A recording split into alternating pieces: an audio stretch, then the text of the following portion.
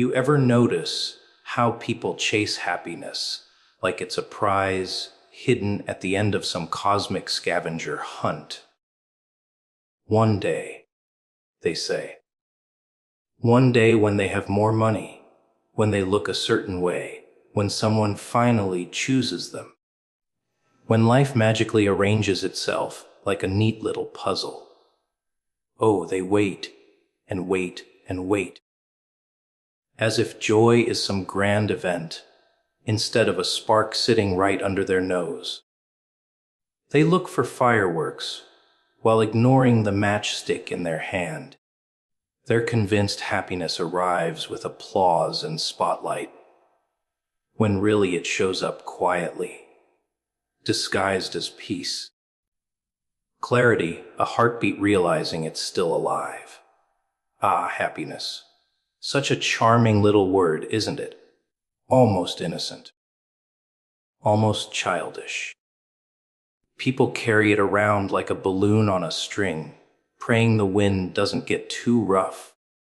Praying no one pops it with a little reality. I'll be happy when. That's the anthem. When the job comes, when the person arrives, when money magically rains down from the heavens, when life finally behaves the way they think it should. They wait for the world to bow, as if life is some obedient pet trained to deliver joy on command. And the funniest part, they call themselves realistic. Realistic, please. Waiting for happiness like it's a delivery package. That's the most delusional thing of all. You want to know the truth. The second things don't go their way, they fold.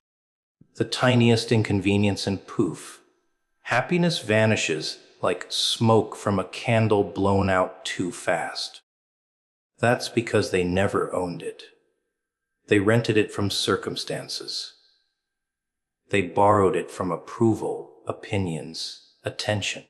A compliment lands, they smile. An insult arrives, they crumble. That's not happiness.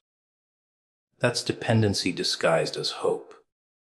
They're puppets to reactions, strings tied to every outside voice. And they wonder why they feel dizzy, pulled in every direction except forward. But imagine this instead, you, standing still in the middle of chaos, smiling not because the world is kind, but because you decided to. You chose yourself. Your peace, your worth. No applause, no cheering crowd, no confetti raining from the sky. Just you whispering, I don't need your switch to turn on my light. That, my dear listener, is where happiness truly begins. When it isn't borrowed. When it isn't conditional. When it doesn't tremble at the thought of disapproval. When you don't sit around waiting for someone to knock on your door and hand it to you, like a gift bag at the end of a show. People love to believe their joy is held hostage by events. I'd be happy if they didn't leave, if they respected me, if they chose me. Oh, tragic poetry. As if your spirit's freedom depends on who stays or who claps. You think kings wait for peasants to approve the crown on their head. Yet here you are, royalty in potential, begging for validation, like scraps tossed from the table. Funny how people demand life to treat them better, while they treat their own spirit like an afterthought. They hunt love as if it's oxygen. They chase success as if existence depends on applause. But true strength begins the moment you stop asking the world to smile first. The moment you stop waiting for permission. Something inside clicks. A strange calm. A dangerous one. The kind that terrifies those who once controlled your emotions. Suddenly, You don't flinch at silence. You don't panic when nobody texts. You don't shake when someone disapproves. You realize happiness was never hiding. It was simply locked behind fear. Fear of judgment. Fear of rejection. Fear of daring to believe you were enough. And once you pick that lock, oh, everything changes. Happiness isn't some trembling candle anymore. It becomes a flame that refuses to go out, even in a storm. That's the beauty of choosing yourself. You stop trying to be understood by everyone. You stop performing for applause. You stop shrinking to fit into places your soul has outgrown. Happiness becomes an inside job, a permanent resident instead of a visitor. You don't chase moments. You create them. You don't hope someone arrives to rescue you. You become your own escape route. And the world, it doesn't suddenly get nicer. No, but it loses its power to control your pulse. Real happiness is rebellion. It's you looking at life, smirking, and saying, "You don't own me." It's not loud or dramatic. It's quiet, steady, unbothered. The kind that turns heads not because you're shouting, but because you're glowing. And everyone who once doubted you, they'll squint confused, wondering how you did it, wondering who gave you that confidence. They'll never understand the secret. No one gave it to you. You took it. Messages. Little digital whispers lighting up screens like fireflies in the dark. People cling to them as if salvation comes wrapped in pixels. They stare, they wait, they pray for that buzz, that ding, that glowing bubble telling them someone out there is thinking about them, validating them, remembering they exist. Funny, isn't it? Humans used to chase stars for answers. Now they chase vibrations in their pocket. And every time it lights up, their heart jumps like a puppet on a string. Oh, the thrill. But what about the silence? What about the hours when no notification arrives? Suddenly they question their worth, their importance, their place in someone's world. As if meaning disappears when the screen goes dark. There's a tragedy hiding here. Not the absence of messages, but the absence of self. Because somewhere along the way, they trained their emotions to respond to alerts instead of truth. They forgot how to hear their own voice. They replaced intuition with inbox anxiety. Their identity tied to how often someone remembers to tap a screen. Isn't that deliciously ironic? A universe inside them, yet they panic over a blinking dot outside of them. They call it connection, I call it captivity. Imagine for a moment, the most life-altering message you could ever receive is not typed, not delivered, not sent from another human being. It rises quietly from inside you. No ringtone, no vibration, no flashing banner. Just a whisper in your chest that says, "Wake up." A pulse beat louder than a notification chime. A sudden clarity that no one gave you, because it was already yours. People spend years chasing guidance from others, but ignore the voice that actually knows them, with all their wounds, hopes, madness, brilliance. They silence it because it isn't dramatic enough. No applause, no emojis, no scene indicators. And yet, that tiny voice has started revolutions inside souls long before phones existed. You think confidence comes from compliments. No. It comes from that deep internal reminder, I am more than they think. You think purpose appears in a chat bubble. No. It rises when you dare to feel that restless spark in your belly telling you you're meant for more. You think love comes only when someone texts back. No. It starts when you treat yourself like someone worth choosing. But most are terrified to hear themselves. Why? Because the inner message doesn't flatter, it challenges. It demands responsibility. It tells you to stop waiting and start acting. It urges growth, discomfort, transformation. It doesn't pat you on the back. It pushes you forward. People idolize outside voices because they're easier to blame. If someone doesn't text, they sulk. If someone does, they float. Life becomes reaction instead of creation. So powerless, so fragile. But when the voice within becomes the loudest one, that's when everything shifts.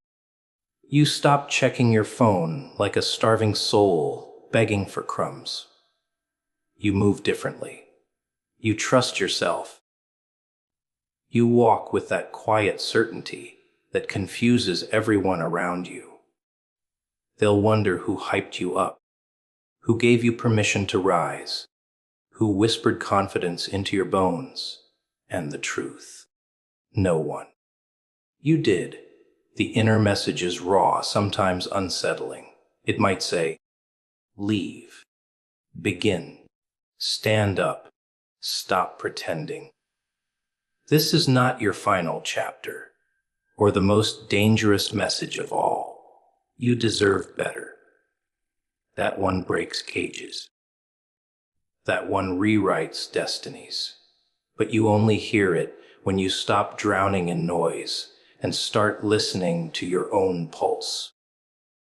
And when you finally hear it, when you accept it, when you believe it, you become untouchable. External silence stops bothering you.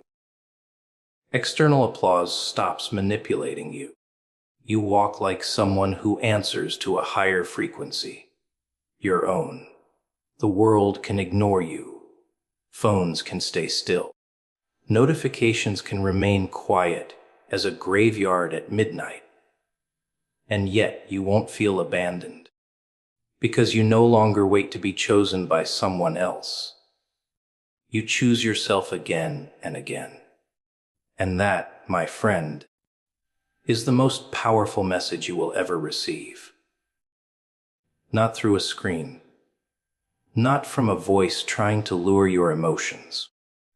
But from the very place everyone else fears to look the quiet, burning truth inside your own soul.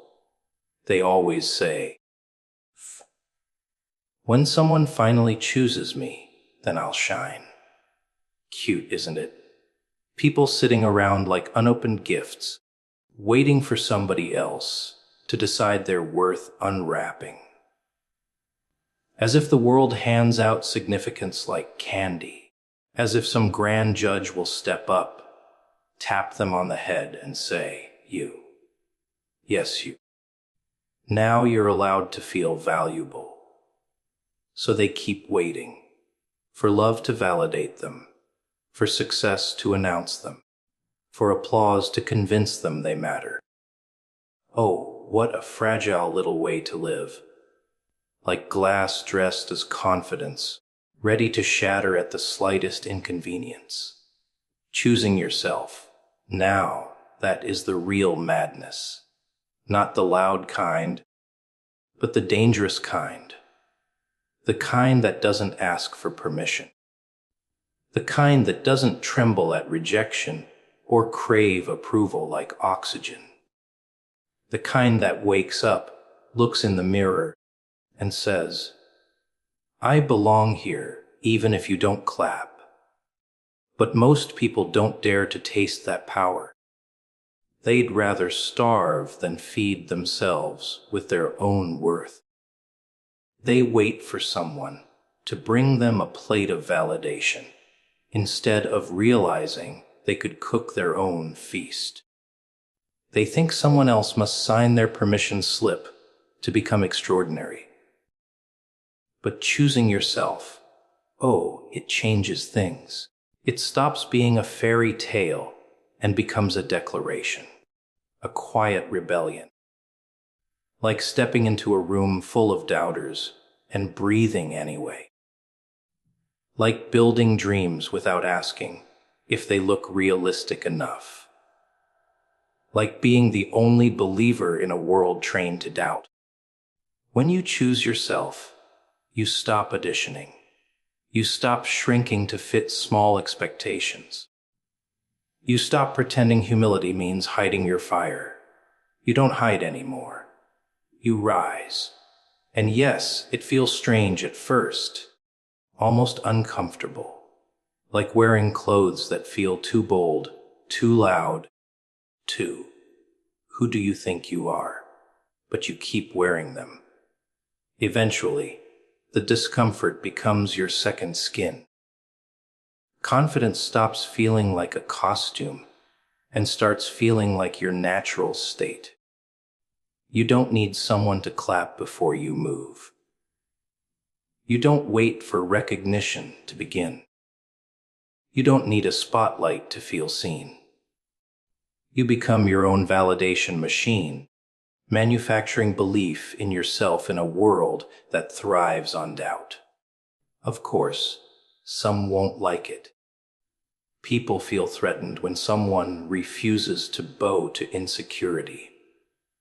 They'll whisper that you changed, that you're arrogant, that you think too highly of yourself.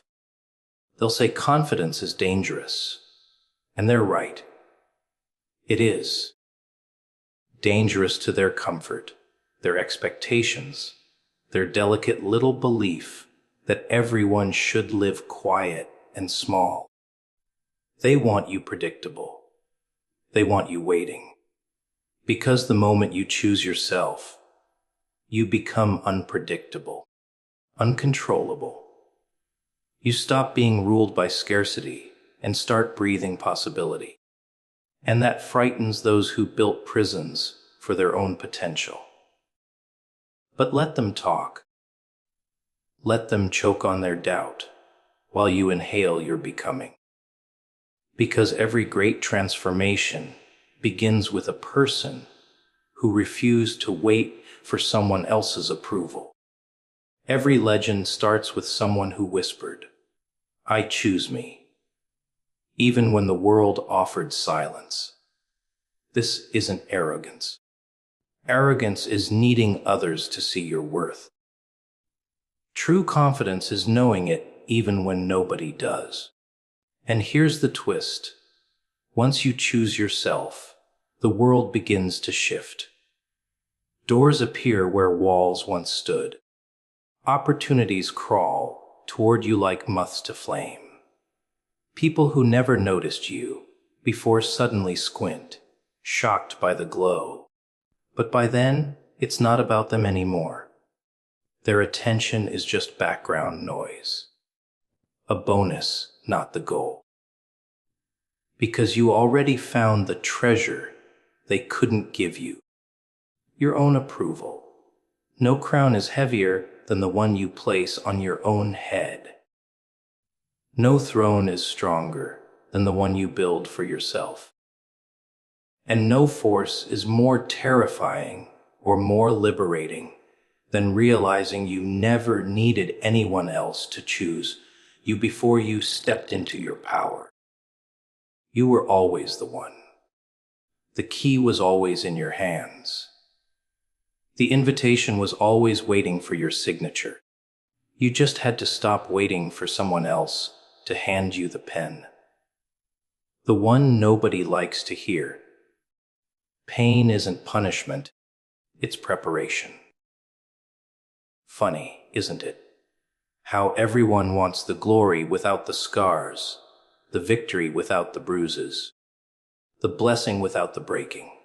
They scream, life isn't fair. But what they really mean is, I want comfort without growth. And growth, my friend, is a cruel artist. It sculpts you with blades, not feathers. It doesn't care if you cry or beg or curse the sky, because you don't evolve when life is gentle. No, no, no.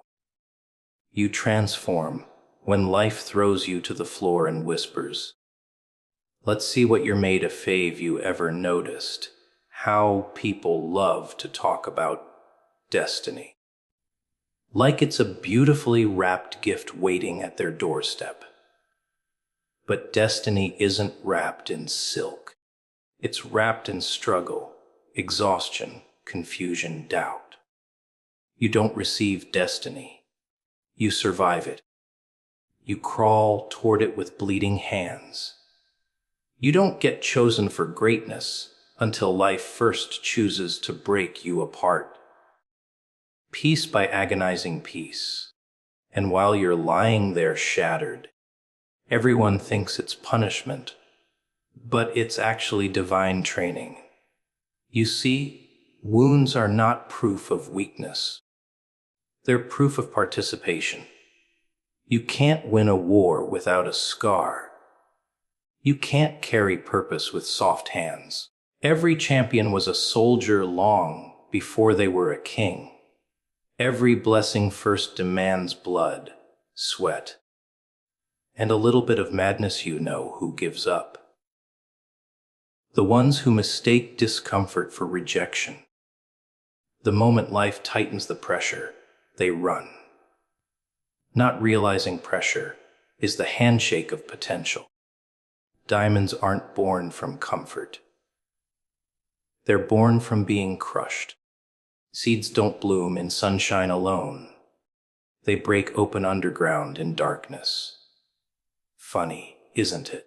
How we admire flowers, but forget the soil they died in first. And you, yes you, sitting there thinking life is unfair. Maybe it's not unfair. Maybe it's building something inside you that comfort never could. Maybe everything you call failure is really foundation. Maybe every painful chapter is carving out space for the blessing you asked for. And the universe has a wicked sense of humor because it gives you the opposite first. You pray for strength, you get struggle. You pray for courage, you get fear. You pray for growth, you get discomfort. The answer arrives disguised as a challenge. And most people reject it before it can work its magic. Let them laugh at you. Let them doubt you.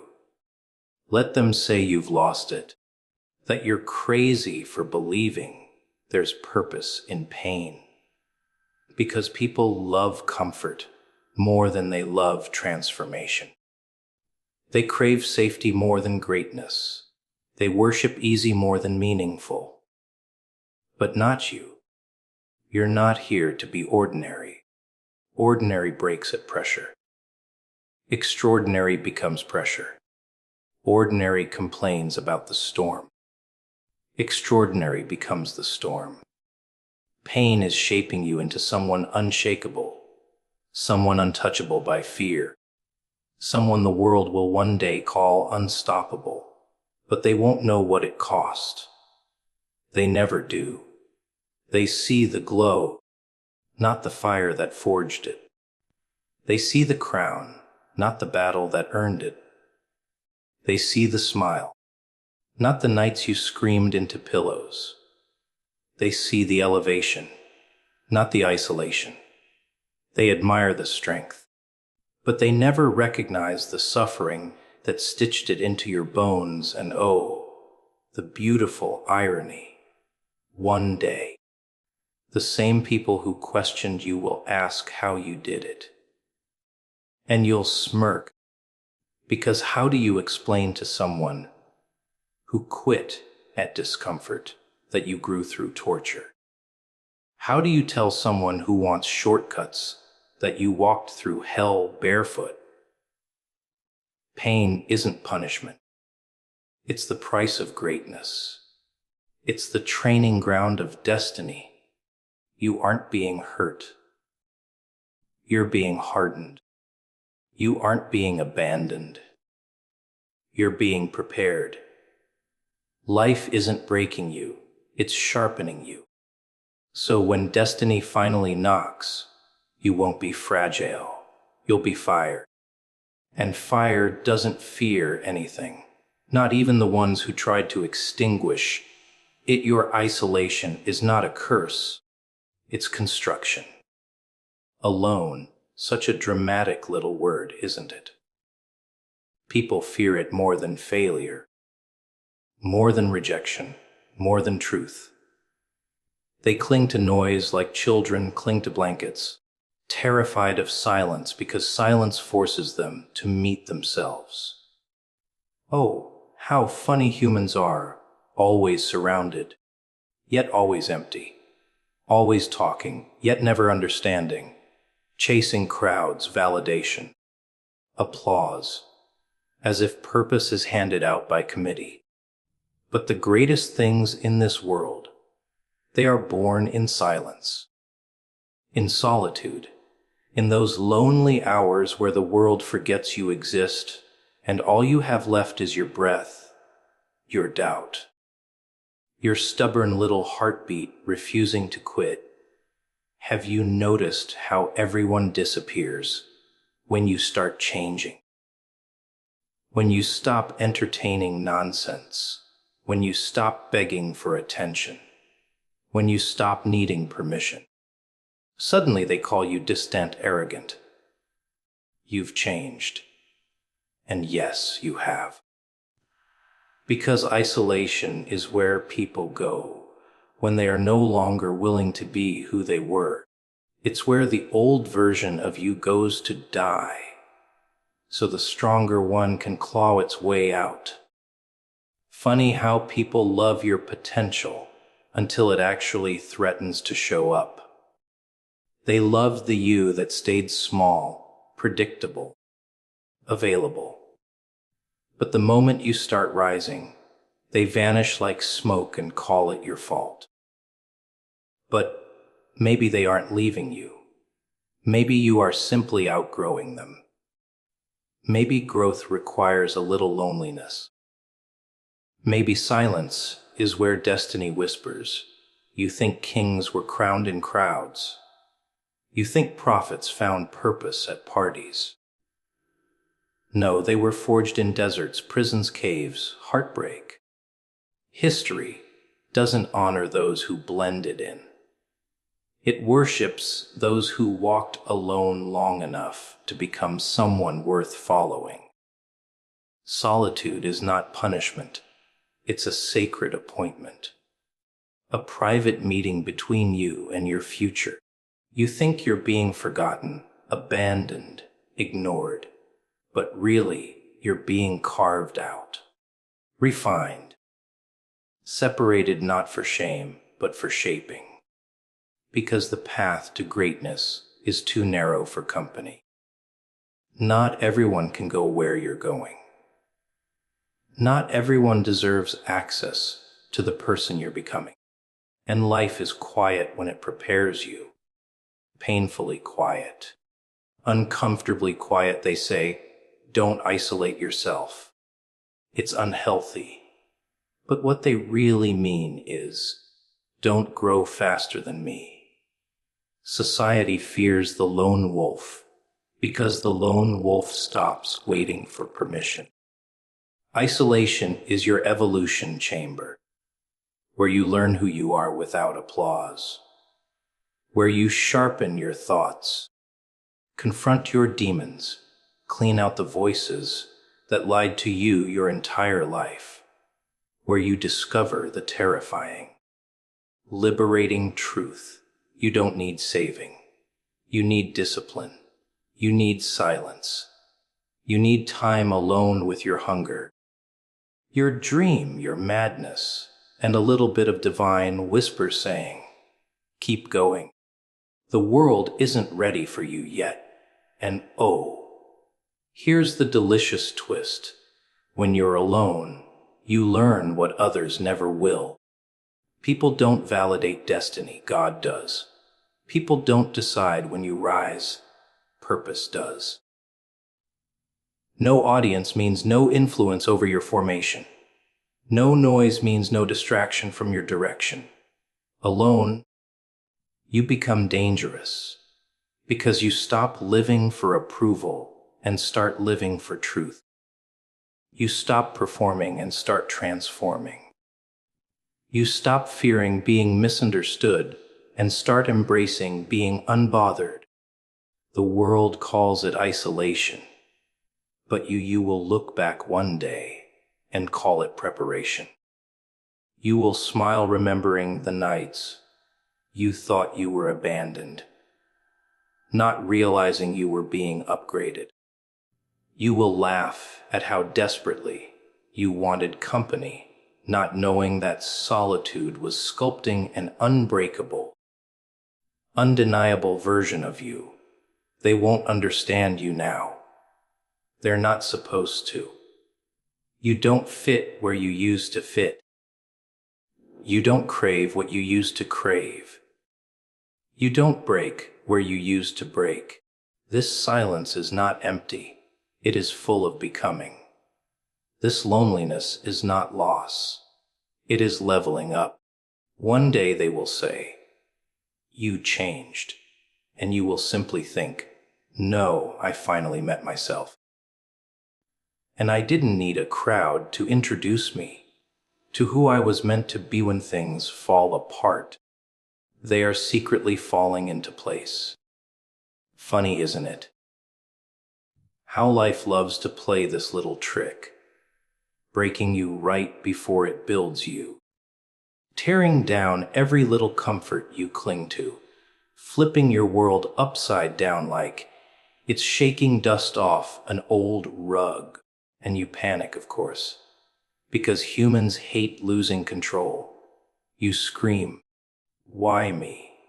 As if the universe owes you convenience, as if growth should feel like a gentle massage, and not like your chest being ripped open, so your old dreams can die and your real destiny can breathe. Oh, the comedy of it all. You see, destruction is never random. Collapse is never accidental. Sometimes the very thing you're crying about losing is what was suffocating you. The job that drained your soul, the relationship that clipped your wings, the comfort that kept you small. But you held onto it like a child, clutching a broken toy, swearing life wouldn't be worth living without it, until life said no. Until life snatched it away and whispered, "Trust me." You don't realize how heavy that thing was until it's gone. And oh, how you resist. How you fight to tape back together what was never aligned in the first place. It's tragic and hilarious watching people try to resurrect things that died for a reason. Have you ever noticed how you never grow when everything is fine? Comfort is a silent poison. It hugs you, strokes your ego, and slowly kills your ambition. So life shakes you awake, violently. Blessings rarely arrive wearing halos. They show up disguised as chaos. Heartbreak, failure, betrayal, loss. These aren't punishments. They're invitations. Invitations to evolve, to stand taller, to see clearer. But people love their illusions. They mourn endings, as if endings aren't the birthplace of beginnings. They throw tantrums when doors close, never realizing closed doors are simply divine redirection. What if instead of screaming, "Why is this happening?" you whispered, "Show me what this is becoming."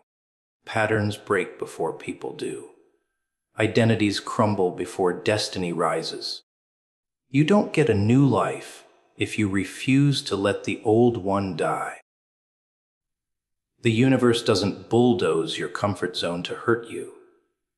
It does it to rescue you. You think you're being punished, but you're being prepared.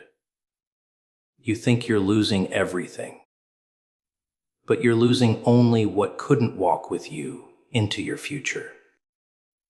The pieces of your life scatter, not to torment you, but to form a new picture, a better one, a terrifyingly powerful one. And yes, it hurts. Of course it hurts. Rebirth always comes with blood. Transformation always demands sacrifice. Growth feels like dying, because part of you is listen closely. The most beautiful chapters of your story will begin with the words, "I thought it was over." You don't become unshakable by staying intact. You become unshakable by learning that even shattered bones grow back stronger. Pain teaches you what pride never could. Loss reveals who was real and who was decoration. And failure.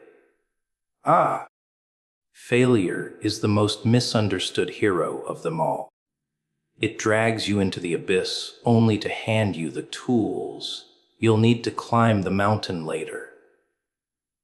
The mess is not the enemy. Chaos is not the villain. Sometimes the world has to collapse so your true self can crawl out from under the ruins, blinking, furious, unstoppable. And isn't it amusing how people disappear when your life breaks, only to reappear when it starts shining again? They think they abandoned you at your lowest. But really, they freed you. They made space for the ones who will clap when you bleed, not just when you win. Life knows who belongs in your next chapter. Trust that exits are as important as entrances. Trust that the silence after destruction is sacred. It's the universe rewiring your path, repositioning your blessings, rearranging your destiny in ways your fragile expectations could never imagine. Broken plans make room for bigger promises.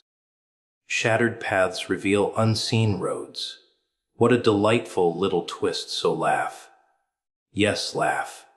Not because life is easy, but because life is playing chess while you're sobbing over checkers. Laugh because you survived collapse. Because pain didn't kill you, it carved you. Laugh because destruction wasn't your ending. It was your invitation to become far more dangerous, far more wise, far more alive than you ever were when everything was perfect. Everything falling apart. Oh no, it was falling into place all along.